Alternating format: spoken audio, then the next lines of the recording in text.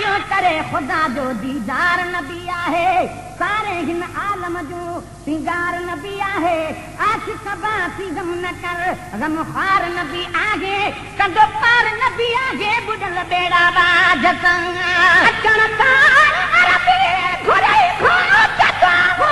अचण साण अरबी घुराई घोट रबी पियो साथे रबी पियो साथे रहमान तुंहिंजो लिखी था लिखा मां सजण शान तुंहिंजो लिखी था लिखा मां सजण शान तुंहिंजो लिखी था लिखा मां सजण शान तुंहिंजो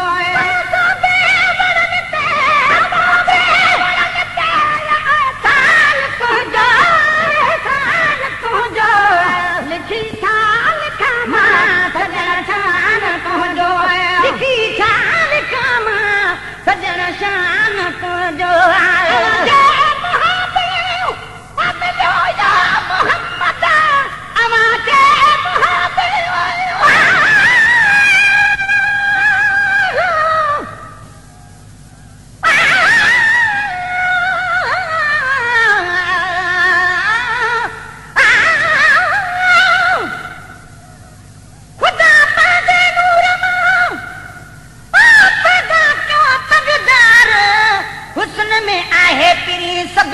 सरदार सजन हकीकत में सजे आलम जो सिंगार एक दफो हुब सां अची कयो दीदार आशिक बासी थी वियो सो जन्नत जो हक़दार थी विया बेड़ा पार मदनीअ जे हुबदार जा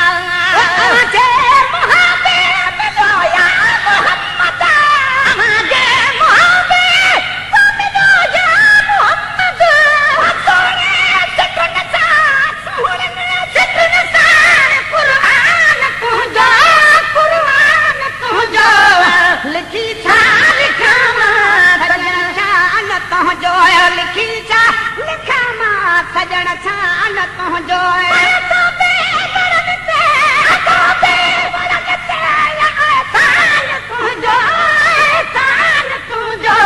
लिखी था लिखा मां सजण शान तुंहिंजो लिखी था लिखा मां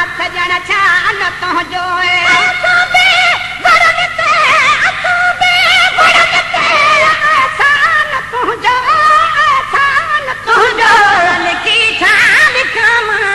सजण शान तुंहिंजो लिखी था लिखा मां सजण शान तुंहिंजो हुया सीन लाए कोयो एडम में मत में जा हुया सीन लाए कोयो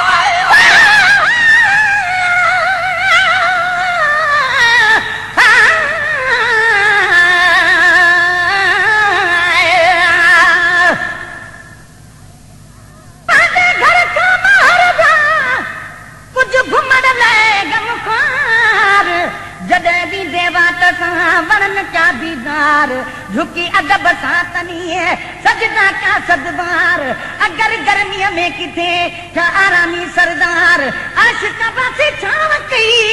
वणन निवाए डार प्यार वन ज़ार ज़ार जे जुदा तन खां थे नबी हुया सीन लाए कोया दिल में मत में जा हुया सीन लाए कोया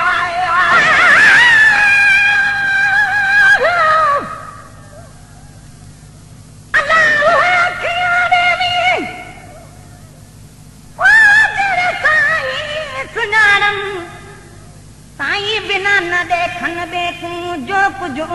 को जानन जिथा तकूं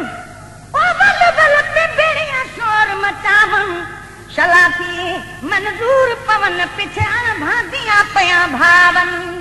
हुया सीन लाए कोया दिन ने मत न जा हुया सीन लाए अब न मत न जा अता जो अता के अता जो अता के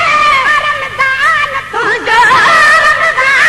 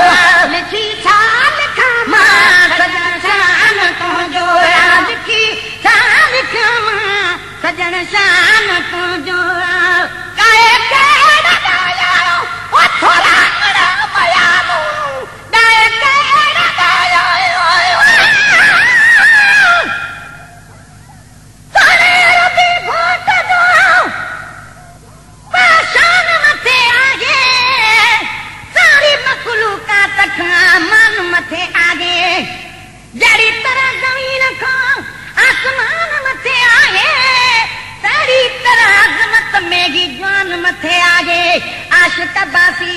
मदनीअ जो दरबान मथे आहे फरमान मथे आहे रब खां बाद रसूल जो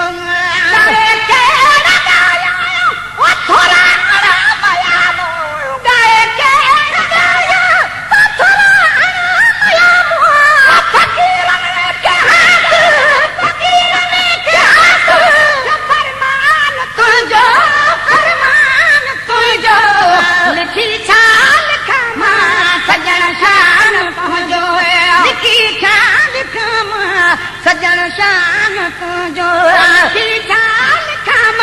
सजण शान तुंहिंजो सजण शान तुंहिंजो सजण शान तुंहिंजो गुलामनि में साईं गुलामे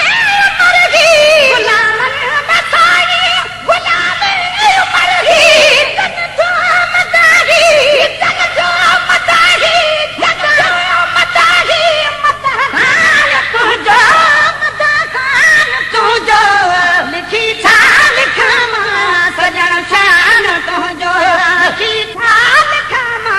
सजण शान तुंहिंजो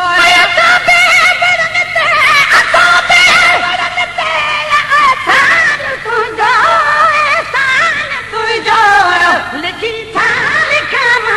सजण शान तुंहिंजो